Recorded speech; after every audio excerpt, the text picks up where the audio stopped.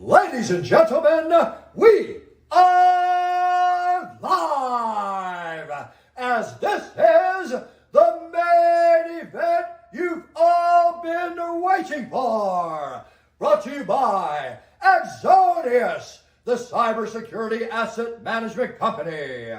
It's time! Hey, Cloud Security Podcast, Steve from Bridge Crew here. Check us out to start scanning your infrastructure's code against hundreds of security policies, both on the command line and in your IDE. Bridge Crew also adds security feedback to all your commits and helps you fix misconfigurations in both code and runtime. Hello. Welcome to another show of Virtual Coffee with Ashish for Cloud Security Podcast. And today we're going to talk about incident response. And of course, I already got to see people coming in. Hey, morning, Vinny. Thanks for coming in, man. We appreciate that. So for this guest, I don't think he needs much of an intro. So I'm gonna go straight into it because I think I was trying to try and do the Exonius thing, which is like, welcome. Hey, Nathan, welcome to the show, man. Hey, man. How are you? Good, man. Good. I was gonna see if I could do the Mark. Is that Mark Buffalo or whatever? I think his name is the guy who came out in the beginning. Oh, this is. I was gonna try and do that, but I'm like, nah, that's not gonna work. I don't think I have the voice for it. Yeah, you're missing the purple jacket. The purple jacket makes it too. I think that's an impressive. Yeah, that's right. I think it's that. It's like I kind of try to match it, but you know what, Nathan? I'm so glad you're here, and I've got a few folks who are coming in from different time zones as well. Hey, Martinez, based out of the UK, dark and cold UK. Thanks for coming in, Martinez. And I've got Vineet as well here. Hey, Vineet. So I'm gonna for people who may not know you, because I would be surprised people who don't know you, especially from the AWS space. So considering you've given so many reInvent talks and stuff as well. But for people who don't know Nathan, if you can tell us a bit about yourself and how you got into cybersecurity. Yeah, sure. So hey, I'm Nate Case. I really got into cybersecurity a long time ago before there really was cybersecurity. It was just kind of computers. We started doing some work on firewalls and some other different hardware pen testing and whatnot, and really had a good time. I mean, like if you really want to go all the way back, when I was about 12, seriously owned a BBS, had a really good time doing like modems and stuff. So wow, yeah, like it really have enjoyed IT through the entirety of IT. It's a lot of fun as we get into like things that I've done at AWS.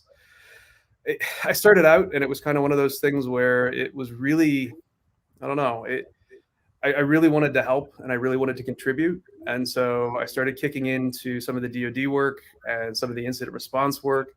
One of the previous companies I had was really focused on security. So it made it pretty easy. And, here we are, 6 years later, and had a really good time, helped a lot of people, was able to do a lot of really good things, and was really happy to contribute at AWS and help a lot of people through some, in many cases, uncomfortable issues. That's pretty awesome. And I think you're probably the perfect person to bring in for like an incident response conversation as well, because I get this asked quite often.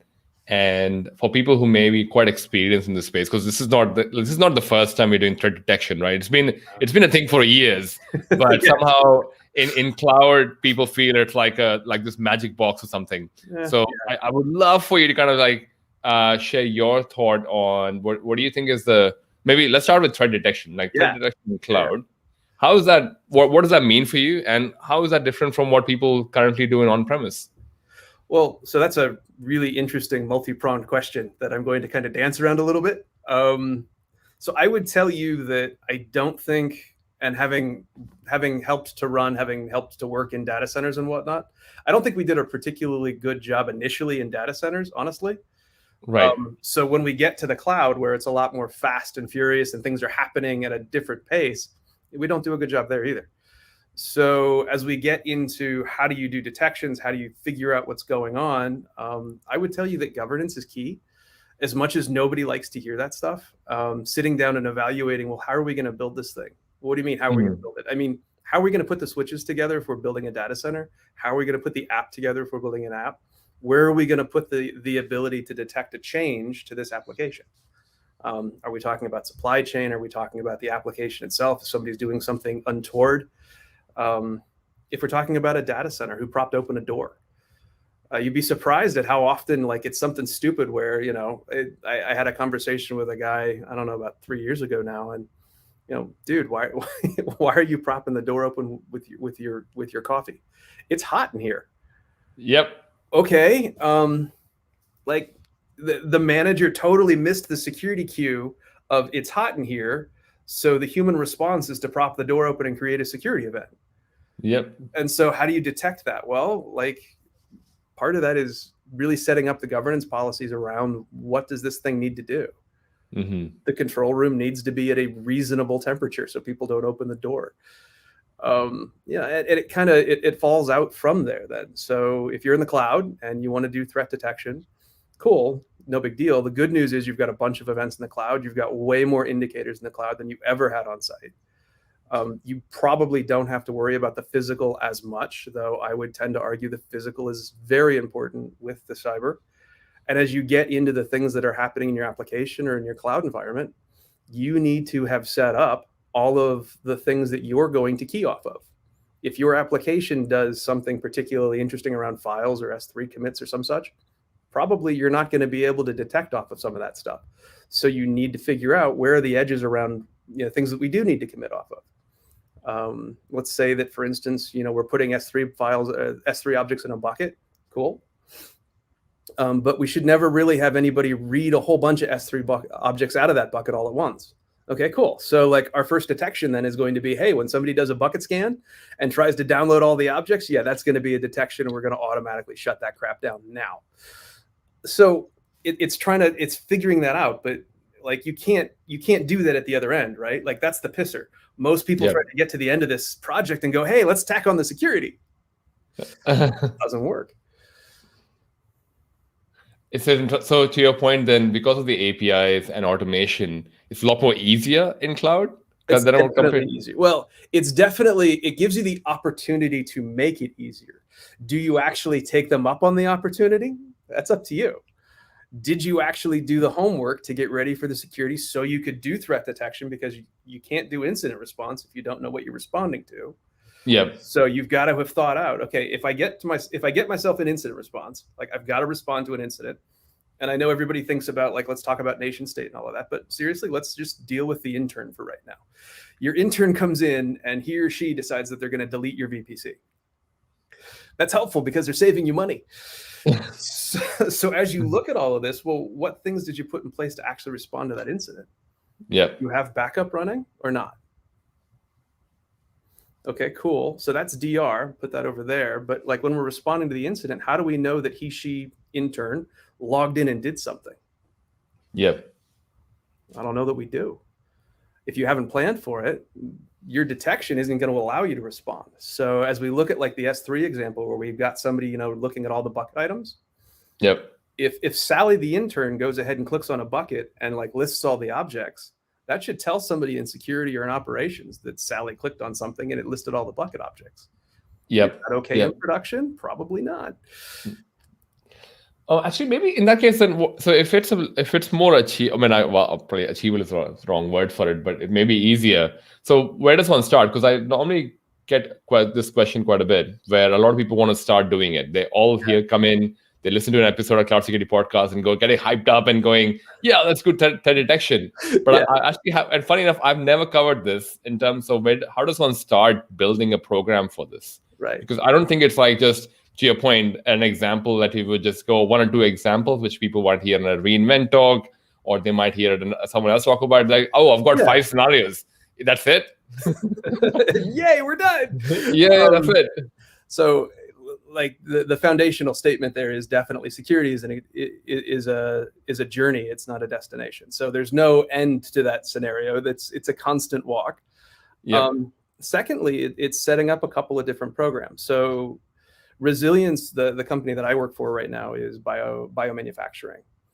And we have an amazing leadership team. We have an amazing technical team, just wonderful people.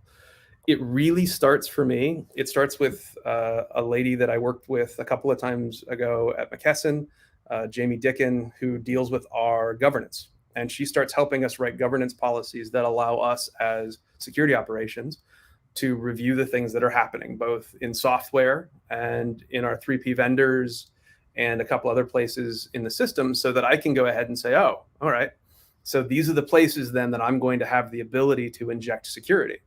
So as I start looking at threat detection, I know that if this is built to governance spec, I have these things that I can go ahead and use.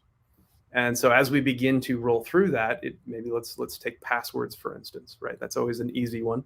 Yeah. Hey, this person's changed their password 3 times in the last 12 hours. That's unique. Or hey, this person changed their password out of turn, out of the normal 60 days that we do, or whatever it turns out to be for whoever you are. Okay, that's unique. What patterns do we begin to set up? And if that governance hasn't happened, then you're kind of shooting from the hip, right? Yeah. We can go through and we can run, I'll just do all sorts of things and we'll have a good time. And yeah, okay, it's threat detection, but it's not a governed normative threat detection. It's whatever you were able to tack on at the end. So getting it to the point where your SOC team, in this case, my SOC team, is able to sit down, look at a screen and go, okay, so all of these things are set up similarly.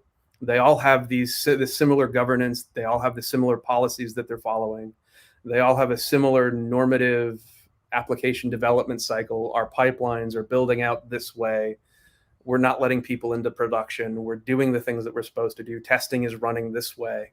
It allows everybody to be really calm about everything and say, look, I've got a detection here, here, and here. And because of that, I'm going to go ahead and draw a line and say, hey, we've got an incident. We need to go deal with it. As opposed to hair on fire, crazy Monday morning. Well, obviously mine's been on fire once too many times. It has been, well, I was going to say it doesn't look bad, man. But I think to your point, no one would want to be in a situation where they're kind of have to deal suddenly with an incident, right? You realize it's to a point about it's a journey. Yeah. New threats that keep coming in, new systems keep building in the company. You're gonna have to keep thinking about what kind of threats, right? Yeah, it is. It's gonna happen. It's like to your point about the same kind of deployment. How many companies have people, or sorry, not people, but teams that use the same deployment method as well? They have multiple deployment methods as well. Sometimes you almost are trying to figure out how do you address a lot of those things. And I think maybe just in that line, there's a question here from Vineet, which is how do you normally plan when you start IR planning from scratch? For example, if the client has no plans. Well, I think that's where we start discussing with them what's actually going to be IR for them. So for us, I am responsible for both digital, which is cyber, and physical security. So for us, because we do biomanufacturing, physical is really important. And we can say very easily, hey, physical impacts digital and digital impacts physical. So we're just going to do that all together. Yeah. So for me, as we were looking at how do we want to do this, it was very much an understanding of, okay, so our business is this. And as we take the business apart in pieces, we need to start focusing on these different pieces in an appropriate way that allows us to begin to evaluate and deal with the things in appropriate triage order. And there's really no other way to deal with it. So if you think about it from like first aid or something like that, as you look at how you're going to deal with some of these things, and every business is different, and it's just the way it is. For us, maybe element A is really important, because without this particular thing, we can't do other things in our business. So everything rides on this one thing. And for giggles, let's say it's water. Okay, so we have to have our water. Okay, cool. But from your business, maybe it's some other thing over here. Maybe it's earth, fire. Maybe it's fire. Okay, so you'll be fire, I'll be water. So and consequently, your business, kind of stacks that way. And real quickly, you're able to start planning these things through. So when we look at like incident response, generally, when we look at like a data center or technical, you start getting into this weird scenario where it's a question of, okay, so which systems do you need? Well, you need to be able to communicate. So you need to have thought about things that you're going to communicate with post-incident. Like if you get hit, are you able to email? Probably not. Are you able to use Slack? Maybe. Should you have a secondary set of communications that you're able to use outside of that? Definitely. Going from there, then we also need to be able to go ahead and begin to recover systems or begin to recover abilities. So as you look at those abilities for your company, is that ESXi? Do you need an extra stack of hardware laying around somewhere where you can start putting things back together? Do you need extra switches? Do you need, all of these questions have to start coming back up, and plan for worst case, but plan for reality. Like most people aren't going to be able to have an extra ESXi cluster laying around that they can throw together and, magic happens. Yeah. It's just the way it is. But, you can probably say we need an extra blade, or we need the ability to drop 2 of our blades and have 3 of them still running so that we can reinstall 2 blades and then move stuff over. But as you begin to take care of that and plan out that incident and how that incident's going to go, it's going to start coming together, and you're going to have to work with the business side of your team to understand what actually makes the business go. And then as that business begins to come together, you'll start seeing all the pieces that you need to respond to and take care of. It's kind of a round the way answer, Vinny. Is that good, or did you want more specifics? I feel like that was a little roundabout. No, I think it kind of it does make sense, and I'll let Vinny clarify if that answered his question. But I think you kind of hit on a good point there.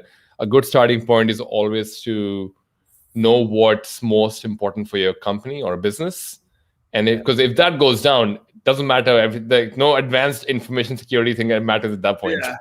So there is no like AI or machine learning that's going to stop or do anything for you at that point. So from that perspective, I feel like it's a good place to start to at least tell people, hey, what's the most important piece for your business? And sometimes, to your point, it could just be an individual business unit. Yeah. It doesn't have to be the entire company. It could just be that. No, take it in small pieces if you can. Yes. Yeah. Yeah. And I think to your point, so would it be all right for me to say this? And incident response can be started in a business unit first and then kind of expand around. Because if to your point, if fire is the main thing that we do, and I figured out the different incident response scenarios for that fire business, at least that way, at least we are able to kind of go, all right, at least the top 5 I've covered. Right. Like I think obviously it will keep growing, but at least the top 5 I think I could think of are covered. Well, and I think that you'll find that as you start taking care of this, and this is for businesses, whether the business is particularly interested in security or IR or not. Like in our case, we have a really good leader, and Raul, our CEO, is really okay with security and really focuses and wants us to be very secure. So that helps my job quite a bit. But as we look at this, maybe your leader doesn't want that. You're kind of doing this on the sly, right? So what this ends up being is probably, and I've had to do that for people before, where, okay, so water and fire are really into security, but air, man, he's got nothing. Yeah, he's got both of us on our by our back or something, but yeah. Yeah, but so like we prep our stuff and we get ready, and then something happens to air or something happens to all 3 of us. We're back up and functional in a week, and he's floundering around for a month. All of a sudden, the people that are responsible for these 2 are going to look really good. And at that point, then leadership goes, hey, what did you guys do? You should be able to hand them the paper and say, look, this is what we did. This is why we did it. Oh, yeah. And so, start handing it out and making it open. I think one of the things that we're trying to do, and I don't know if you're into any of the HISAC or the manufacturing ISAC or any of that, but like a friend of mine and I started up Bio ISAC.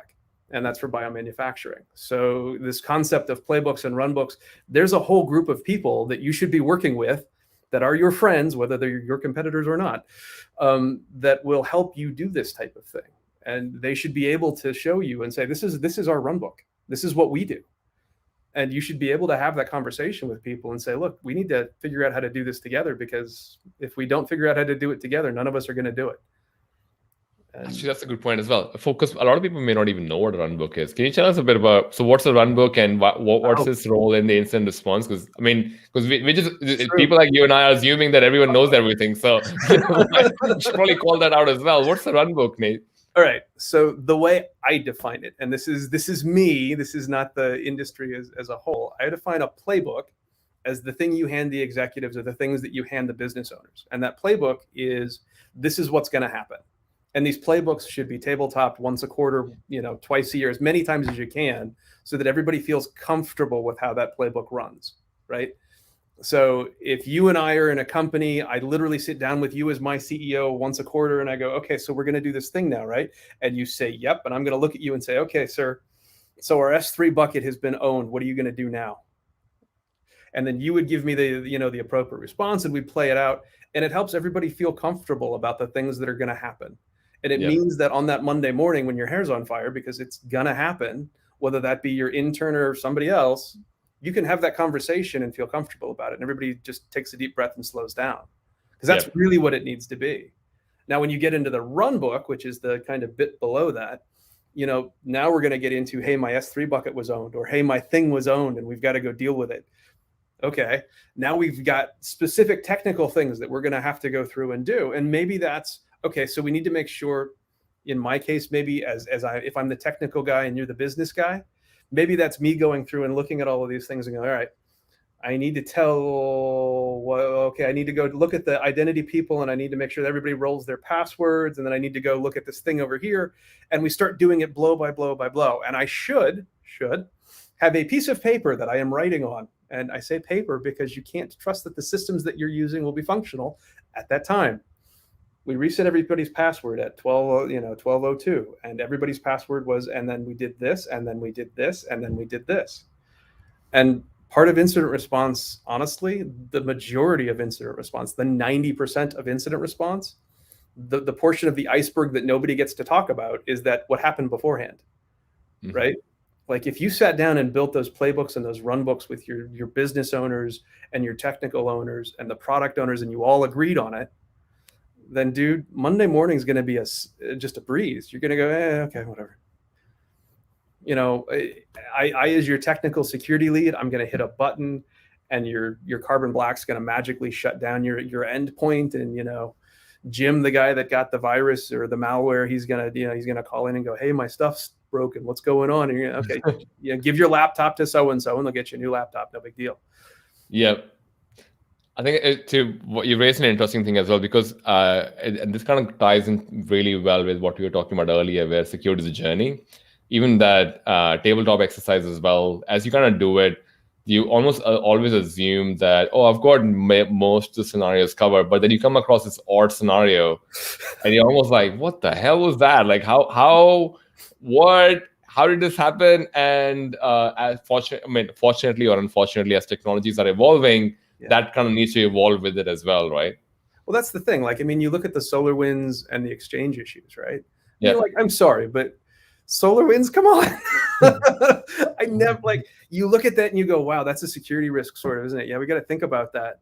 But I challenge anybody to say that they were the person standing up and saying, that's a security risk. I'm going to go protect myself from that. That came up and everybody realized it. And man, it was a fire drill to get that thing patched.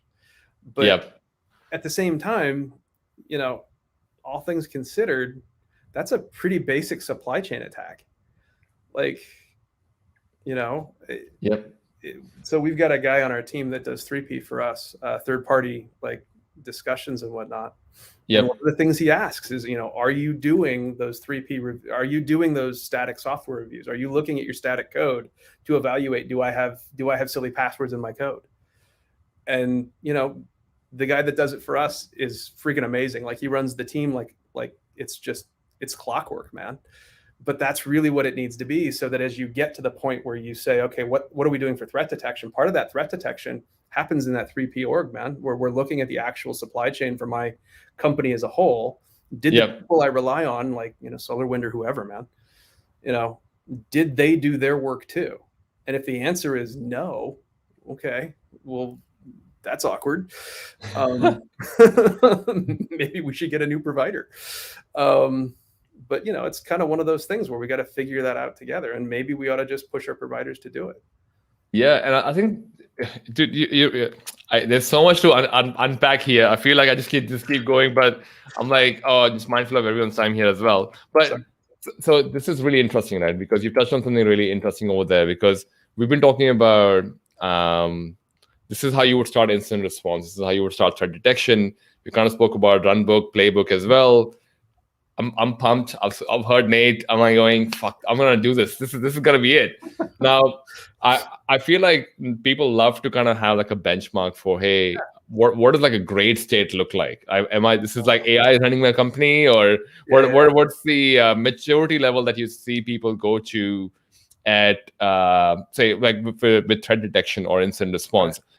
Assuming obviously we would never have all the scenarios covered. Yeah, that's never going to be the case. If it was the case, you and I won't have a job probably. Wouldn't that be nice? Yeah, it would be super amazing. But for keeping that in mind, what does maturity look like in that? Like, what's a maturity benchmark people can aim for? So we've been playing with this internally, and we've been using NIST as kind of a, like, this is thumb in the wind type of a thing. And there's some interesting maturity model stuff that we can aim at as well. Generally, the way we handle it is, let's be honest, we're not doing it. Okay, that's a 0. Yeah. Okay, we're doing it by hand. That's a 1. We're doing it in code. That's a 2. Yeah. We're doing it automated in code. So now the whole thing runs by itself. That's a 3. And then we're doing all of these things and we're able to deploy it at scale. That would generally be a 4. So like, as we look at like vendor assessment, for instance, your maturity may never get past a 1 or a 2. Like, let's be honest. It's just, my 3P review is mostly going to be manual. Why? Because I've got to go talk to you and I've got to ask you questions. Now, maybe they're going to be cool and let you like red team their stuff, but I'm going to go with no. So, generally it turns into a bit of a conversation. Now, maybe as you get into like some of the governance evaluation, are we actually looking at our governance? We've got all of our policies like we talked about way back when for threat detection. And is everything happening in an automated fashion? Do I have Python checking each of my policies and my stuff? Okay, well, yeah, we do over here. Okay, that's a 3, but it's a solid 3 because over here we're not doing that. And the automated system that should be going through and evaluating all of my stuff at a swing just isn't happening. So like, instead of once a day evaluating all of the compliance for all of my things, I'm checking project A or product A. And I'm not checking B, but C has some of that and D has that too. So it ends up being this kind of, it's a mishmash. All right, so you're a 3, maybe a 2. And it ends up being 2.75 or whatever else. And so like, as we evaluate the stuff that happens inside of resilience, it ends up being, okay, you're this, you're that, you're this, and like trying to get closer and closer and closer to an actual number so we can drive people forward. Oh, right. Okay. I didn't realize you can use NIST for IR. Actually, that's a good idea. Like, so you can still have the detect, respond. Like, I mean, yeah, you can still do that. Oh, that's pretty awesome. So if that's a great benchmark to start off with and start building it's a great one. It's this is what we're doing. Oh, fair enough. I mean, it at least something to start with. So I think to your point, a lot of times you kind of just need a starting point, and then to as you just said, it's just about making it simple enough for you to kind of go, or maybe just the maturity level 1, 2, 3, 4. That's all I care about. Fully automate. I don't want to go into the details of how this happens, but it's maturity. It's going to be different, right? I mean, you're going to be different than me, and your stuff, like in some cases, I'm evaluating the fill level of a 500-liter bioreactor. Okay, so how are we going to do that? Some of them are network connected, some of them aren't. Some of them you literally have to have a guy look in the thing and go, "Yep, that's full." You're going to get what you get. It's really great to think that you're going to get there today, but it's going to be a long walk, dude. And that goes all the way back to that governance piece, right? Yeah. So Amy helps with that. Vinny helps with the evaluation of 3Ps, and you start marching down the line. And by the end, by hopefully the end, when you get to incident response, you're looking at all these pieces and you're going, okay, it all lines up. So now I can talk to you about what it's going to be like on Monday morning when this bad thing happens. And everybody should feel comfortable, ideally. Ideally, no one's panicking at that point, hopefully. And people start loving Mondays again. I don't know why people started hating Mondays, but people might start loving Mondays after that again. No Monday blues after that. Actually, this is probably a good segue into a few of the questions that came in that were left on the post that you had done on LinkedIn. I'm gonna name a few folks as well. The question that they had, like there's a mutual friend of ours, Matt Trentler. He asked a question about how to shift threat detection further upchain, that is further into the development pipeline versus reactive and centralized in the TDIR security system. So that goes back to that governance statement, right? Like, depending on how you've got it set up for us, because this is like one of the FDA things, right? So like when you get into making drugs that go in people's body, people get awfully persnickety about the security that you're using to evaluate those things, and that generally falls under quality. Quality is a great group of people that are going to make sure that your stuff is done correctly. And as we push this stuff up chain, what we're trying to do is take quality that is honestly a very mundane thought, is basically compliance from almost 100 years ago, honestly, where things are done in such and such and such a way, and we're making sure that you follow the procedure. Yes, have you followed? Yes, good. Then we've gotten this thing, and yes, it's good. And so before you know it, you've got stacks and stacks of paper, and that's great. But what we want to do is push that up chain. We want to push it to the point where the software has an evaluation when it's being written to make sure that it's complying with the things that were actually in the governance policies that said that we were going to look at this thing and we were going to do a specific test to it to make sure this other thing was happening. And that test should function all the way from development all the way to production. And I should be able to hand the quality people a piece of paper that says, yes, we're complying with all of the things that we need to comply with. And this is how you go run a test on it. And so as we look at that, not only are we doing, static code analysis, maybe we're doing SAST and DAST, and maybe that's happening back here and we're looking at that code specifically, but we're also testing for our specific quality needs and our specific compliance needs. Oh, that's actually interesting because quality checks can happen, especially in the cloud world where everything's supposed to be coded anyways. Yeah. If you're kind of going that direction, might as well start there. Yeah. And so to your point then, if we are able to kind of bring them in more to the left, if I'm going to use the industry term for shift left, you're going to use that. And that kind of goes in really well into another question that was on that same thread by Alejo. Under the maturity level, I would love to hear your thoughts about implementing a threat detection engineering CI/CD pipeline, as well as ways to group alerting and build data models to mitigate alert fatigue. I think that's a really interesting question. And I've actually got a friend that worked with me at Amazon that did some of that. And she was just freaking brilliant. So as you look at some of the interesting things you can do with threat detection and CI/CD pipelines, where we're actually looking at the things that occur in our environment, and then we have a pipeline potentially building out some of the things that we want to test when things happen. There's some really interesting, very technical things that you can start to do with a cloud because it's all just APIs. Yep. So this thing happens, and this thing happens. Great. I'm going to go ahead and deploy this thing, and I'm going to evaluate all of these new APIs that maybe normally I don't evaluate. But then I'm going to go ahead and go into this prevention or this lockdown scenario where I'm then running this code to evaluate and lock these things down. So as we look at that, we get way the hell out into 4 at that point, where you're looking, in your maturity model from 1 to 4, you're looking at some seriously interesting scaled out, automated systems that are able to go ahead and respond to both on-site and, in my opinion, in the cloud systems, where we've got VMware that has a bunch of APIs. We have your cloud provider that has a bunch of APIs. And we're trying to evaluate what's actually happening in the system. Maybe we've seen some interesting network connectivity, or we've seen some interesting things that happened in a specific chunk of the world, and we want to go ahead and evaluate that. And then we also want to evaluate a bunch of other stuff for maybe we're looking for some different signatures of a type of an attack. Yeah. And as we look at that, then we can go ahead and easily deploy it and evaluate it all over the world. And it doesn't really matter how close we are or how long it takes for a person to go plug something in, because it's not about that. No. So that's interesting because I'm gonna probably take a stab into the industry that you're currently in as well from AWS, which is kind of one of the questions that came in, which I thought really was interesting. We don't talk about biomanufacturing a lot at least not in the podcasting space, or at least in the content space. So I'm curious, the supply chain attack for these kind of things is quite obviously. There's an example with SolarWinds that happened with that. There was an example with I think it was like some kind of a plant in, I can't remember that. There was another quite a few supply chain attacks. It became like a theme, right, for a whole year. And are there any specific scenarios in the whole life science sector that you kind of can share? It's really interesting I guess, for us to kind of sit and talk about technology and like Facebook and Airbnbs of the world. But there's also the other parts that just ain't so enough. Yeah.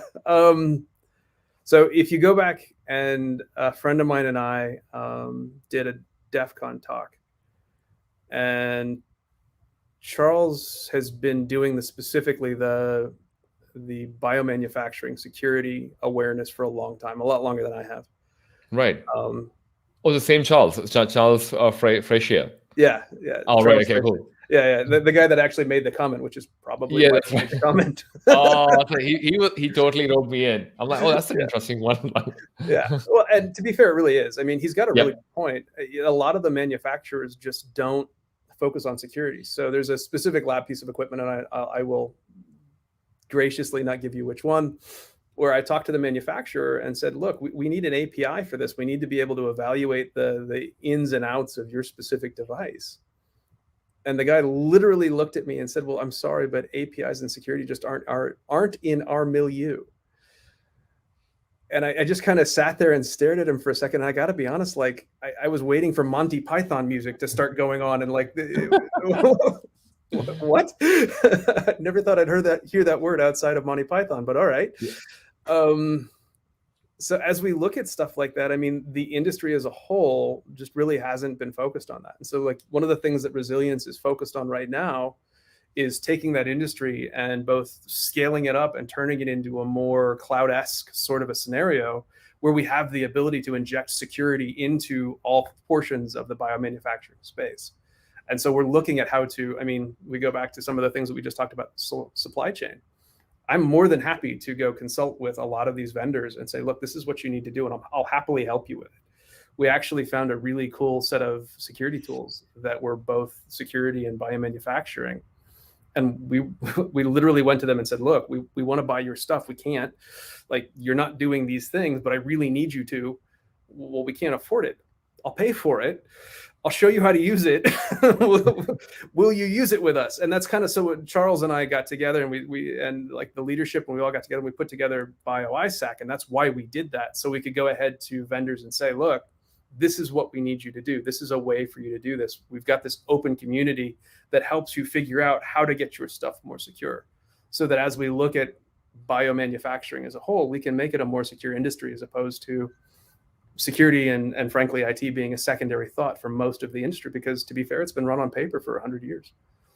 Yeah. And I think it reminds me of, I was in a project once. We were trying to,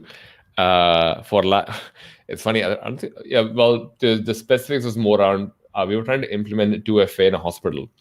And it is the hardest conversation to have with someone that you're going to have, hey, we're going to implement 2FA, because clearly cybersecurity, 2FA is a must. And you almost go, I have a patient dying on the side. Do you want me to put 2FA, trying to remember my password, which is complex thanks to you, but while I'm trying to save Ashish's life? Yeah. What would you rather? I'm like, don't worry about the password. Don't worry about any of this. Just like make sure I live. Yeah. Well, and a lot of those things, I mean, like, and that's one of the things that, because obviously we have labs too. And, some of the things that we've had to set up, I've literally gone, so I've got some friends in the community that I've been able to reach out to, national labs in the States and whatnot, and said, how do you guys deal with this? Because I can't be the first person to have to deal with this type of a problem, right? Because I've got the same argument from people that are actually in the labs. Yeah, well, got to make this stuff because it's custom, and this is going to save this guy's life right over here. Don't you want that to happen? Yeah. Yeah. If I'm the guy on the other end, I definitely want that to happen. Yeah. Yes, please. Forget 2FA at that point. Don't worry about it. Well, and that's the thing is, so that's the pisser with security, right? Like, we've got two views of security. Everybody looks at security and thinks it's the thing that has to stop everything from happening. But really, it's not the thing that should stop everything from happening. It's the thing that should enable things to happen, so that you don't have to think about security. So actual security in that situation is, yeah, the dude's got a wristwatch on, and we've gone ahead and evaluated that it's Jim or Jane. And You know what? We know that it's Jim or Jane doing that specific thing. And all they had to do was wave their hand in front of I don't know, some sort of a depot sort of a thing, and it gives them the shot that they need, and you get the shot, and everybody's happy. Yep. That's what we need to focus on, not how do we get 2FA. I mean, and I've been right there with you. I did that for a hospital too, and it was painful as hell. But you get to the back of this, and we actually looked at some of the stuff that we had internally, and it came up in labs where I went out and talked to some of the national labs here and said, okay, how do you guys deal with this? And they were really honest about it and said, look, this is the framework we use. And so I went ahead and mapped that framework back to our labs. And basically we have bubbles of resources that are set up so that when they collapse, and let's be honest, they will, Yep. like they will get attacked, they will be popped, and that's okay. And we can very quickly, within milliseconds, shut the entire bubble down, and everything gets locked up. We clean it all up, we get new stuff, reset the bubble, and everybody's good. But it doesn't give the ability for that bubble to connect to other bubbles in the system. So we always make sure that your impact radius, which is kind of a scary military term for what this really is, allows us to say, okay, that's the only thing that gets hurt. Everything else is okay. And so it's a little bit of extra work on my team's part, certainly, but that's my job. That's what we should be doing, is allowing other teams to do their job as opposed to trying to get in the way. So 2 cents on that one. No, that's pretty good. I think you got a lot of agreements here as well. So we did answer Vinny's question. That was good. Makes sense. Gave a good starting point. We have, I think it's zero hair. That's how you would say. So it's a good name, by the way. It's good to hear those things and learn specifically when trying to get into cloud. Love the podcast. Oh, thanks so much, man. Appreciate that. I'm sure Nate does as well. That's brilliant. Go to the so Tom Pike, another regular. That's brilliant. Go to the manufacturer with the security solution so you can incorporate their product into your ecosystem. Bring them along on the journey. That is actually 100% money on the money. I wish you could do the same for television and all the other industries as well, because they keep asking for, like my television keeps asking me for activating voice. And going, I don't know if I want to like give you a voice. Like I specifically went for a television which doesn't have a camera as well. Because I wonder, to your point, because these industries have been running for over 100 years without any need for an IT, or even probably most likely a CSO or a chief security officer, like why do you care about that? We just sell televisions. Are you gonna hack a television? Like you need to literally physically come there. But at least that's what used to be the thing. Like until like say 6-7 years ago. Now all televisions are connected. All of them do AirPlay, or it's such a different world now. Obviously, that's what we're going to do. Yeah. Clearly, because that's where everyone's going. It's the cloud, right? Let's move to the cloud. Well, and there was that recent breach on IP cameras too. Like most of the camera systems we use now are IP, and that's great. I don't know how many people have their IP cameras out on the public web with a unique IP address. Are you kidding me? Oh, come on, Nate. It's so easy to access. I can show it off to my friends. Like, on my phone. You almost hear that. But I think I definitely have a proud moment when I had a XT member of mine who definitely had the IP address on the internet, but had a username, password, and 2FA. I'm like, he had to write the custom code for it, but like I will write it. But I said before I showed it to you, I wanted to make sure I had a username, password, and at least a 2FA in there. I'm like, that's brilliant. Because I think, and it's funny because a lot of people just assume these are supposed to be used to make your life easy, right? No one's denying the fact that I do. No one's saying you don't get an IPTV, don't get a television with like a camera or whatever you're gonna use. You should, but the assumption that we are being given that hey, they've taken care of security for you, that is incorrect. And I think that's, I mean, even as we go back to the cloud and whatnot, I think what was one of the scariest things that happened for me. So right after I came from AWS to this job, one of our vendors said, well, we put it in S3 and S3 takes care of all the malware. No, in fact, they say they don't. So there's little things like that go into a lot of the like vendor relationships that I think are really important. And that's why, Vinny's job is probably one of the more important jobs we have. We have to rely on Vinny to get that 3P assessment correct, because if he doesn't, and the vendor thinks that they put their stuff in S3 and it's taken care of, then, now we're trusting that supply source for us because, well, the vendor said it's fine. And so, how did you walk that in? And it gets even more complex when we go into libraries for, we're talking about supply chain and we're talking about software libraries or open source libraries or anything else. Yep. Right now, one of the things that I'm having my team do this year is to begin to pick out open source projects that they want to focus on. So I've talked a lot with Andrew Krug over the years, and one of the things that we're both really passionate about is open source. And I think a company's responsibility, specifically a company like Resilience, with a name like Resilience, one of our responsibilities is to contribute back to the community and pick open source projects that we think are actually making us more resilient. And Yeah. so carrying that strategy down the line and making sure that we're contributing to the world around us, I think is important.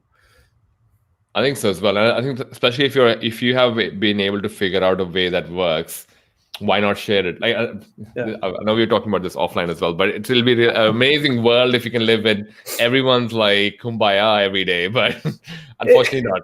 Yeah, and I mean, like, that's what that is. We're not going to fix that, you and I together today, but at some point in the future, I can see 100, 200 years down the line, where maybe we actually start looking at it like, we're all Earthlings and we're all here to, contribute.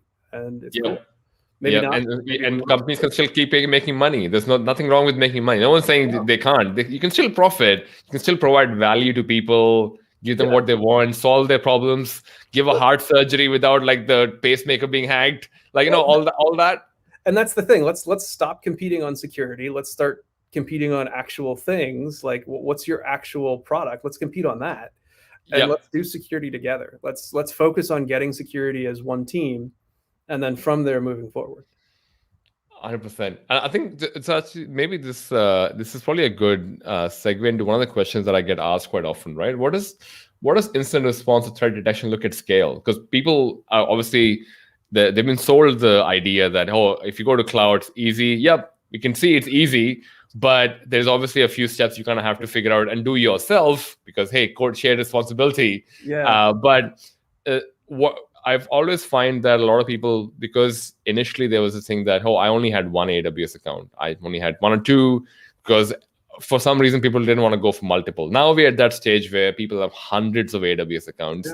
And you almost like sometimes one business unit may have 20 for no good reason. They should just have one or two for one dev, one test, one prod. But hey, you know what? I'm going to take 20 because that's what my team wanted. So I feel like if we're in a very, from a scale perspective, we also get quite complex quite quickly as well.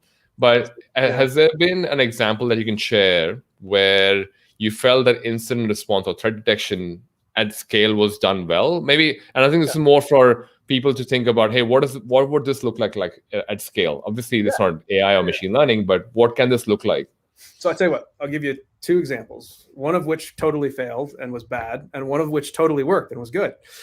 And so precursor to that statement, however, is Sam Elamack, myself, and about 5 other people, and about 20 other people that didn't get named, unfortunately, wrote a paper right before I left AWS, and it got published. And it deals with specifically this, and how do you deal with multi-accounts in AWS?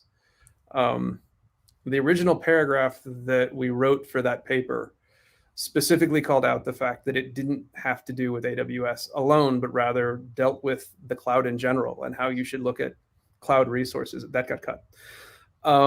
But I think it was a really good paper, and I think it speaks to this actual issue. It was a bit naive, and having been on the other side of it, now I know why it was naive. That's a different discussion for a different beer on a different day.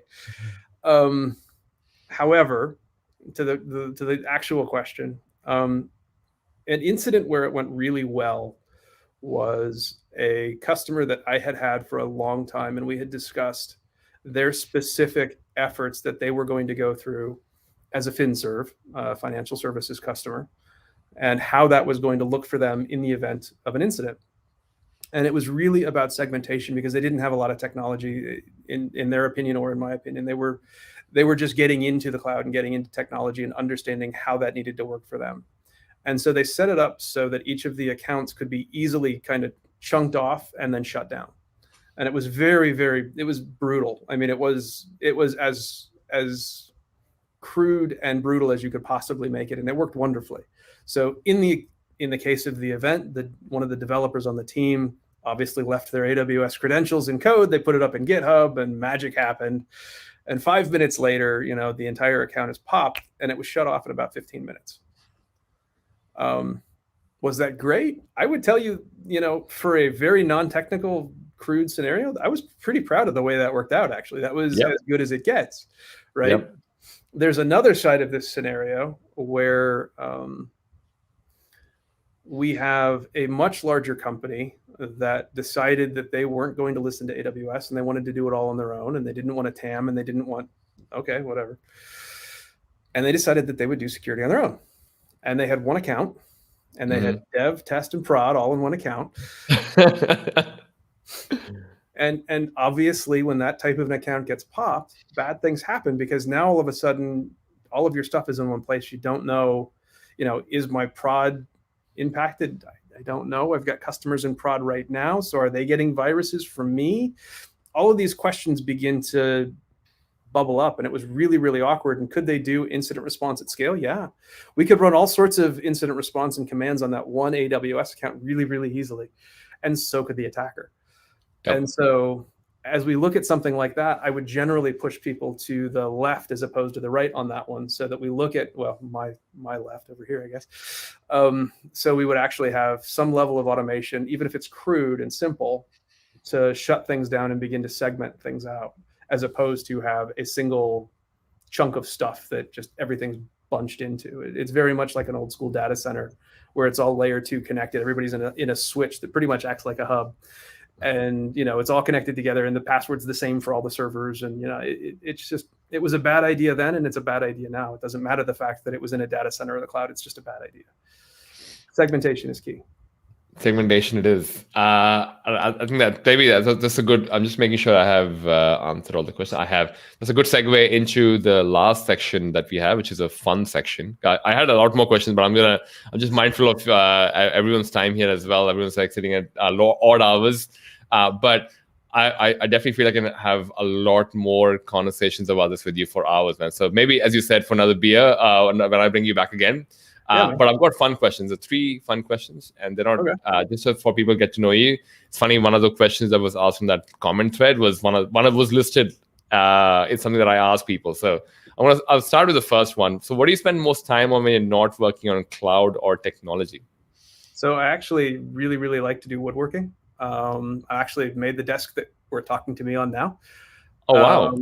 So over COVID, I made 2 tables, an entryway table, my desk, a number of bowls, a bunk bed for my daughter, and redid my oldest daughter's room. Wow. Yeah. Well, I thought when you said woodwork, I made this chopping board. Made a bunch of those too, but that was kind of because I think that's where people start. I'm like, just like chopping board. I've made like all these shapes of chopping board, but like you just meant like bunk bed and everything. Okay, what? That's good, man. That's good. I would not have picked that up. Next question: what is something that you're proud of but is not on your social media? What is something I'm proud of but not on my social media? Wow. So I've got a really great wife who is a school counselor. And I'm really proud of the job she does and the way she impacts her world and the fact that she helps a bunch of kiddos that really need help. I think that's one of the, if you look at things that I'm proud of in my life, I'm really proud of her and the way that she acts. The fact that she's, kind of taken my kids to a point where they're more interested in social and trying to understand how to help the world. Mm-hmm. Between she and my kids, and I like to think that, the fact that I want to focus on how to help people impacts them as well. And so, the kids, the wife, things like that just, I'm really happy that they're growing up and wanting to help the world around them and not just, TikToking, I guess. That's brilliant. So wait, they haven't come up with the TikTok move yet? No. Well, they're definitely saved, man. They're already doing much better. There you go. But I agree. I think helping others, there's no bigger satisfaction than helping others. And it could be for and helping in any form. It could be just spending time over here, sharing what you know, and like letting people know, hey, there's hope. It's not the end of the world at that point. All right. So last question. What's your favorite cuisine or restaurant that you can share? So there's Rudy's, the worst barbecue in Texas. It started in San Antonio. Okay. I don't live in San Antonio. My grandfather at the time lived in San Antonio. And it was probably the coolest place that I went to as a kid and really like drove a whole love of barbecue and cooking and whatnot in me like at 13. So yeah. Wait, is that place still there? Yeah. You can still go down and get Rudy's, the worst barbecue. At least it was before COVID. I don't know that it is now. But yeah. But is it actually the worst? Is that why people are going? No. No, that's what they call it. That is the name on the sign. Right. I'm like, why are people going to the worst barbecue in Texas? Okay, fair enough. Marketing's So marketing. so dude. maybe It's not me, man. Sorry. Marketing's marketing, not me, man. Marketing is definitely marketing. I think we definitely. So we've got a few more comments coming as well. As a carpenter trying to break into cloud, I appreciate the woodwork pastime. That's a good one, John. Vineet enjoyed the session as well. Thanks, Vineet, and so did Zenith as well. Thanks so much. Awesome. Thanks so much for everyone who come on so far. But for Nate, for people who want to maybe have follow-up questions, I want to connect with you as well. Where can they find you? LinkedIn's good. I've got a Twitter account that I barely ever log into. So yeah, I would say LinkedIn or Twitter, whichever works for you. Awesome. And I'll drop them in the show notes as well, so people can have a look and maybe connect with you as well. But I really enjoyed this conversation, Nate. So thanks so much for coming on, and I'm looking forward to having you again. Maybe finish out the second half of incident response and threat detection. Happy to, man. All right. Thanks, everyone. And we'll see you in the next weekend's episode. See ya. Peace.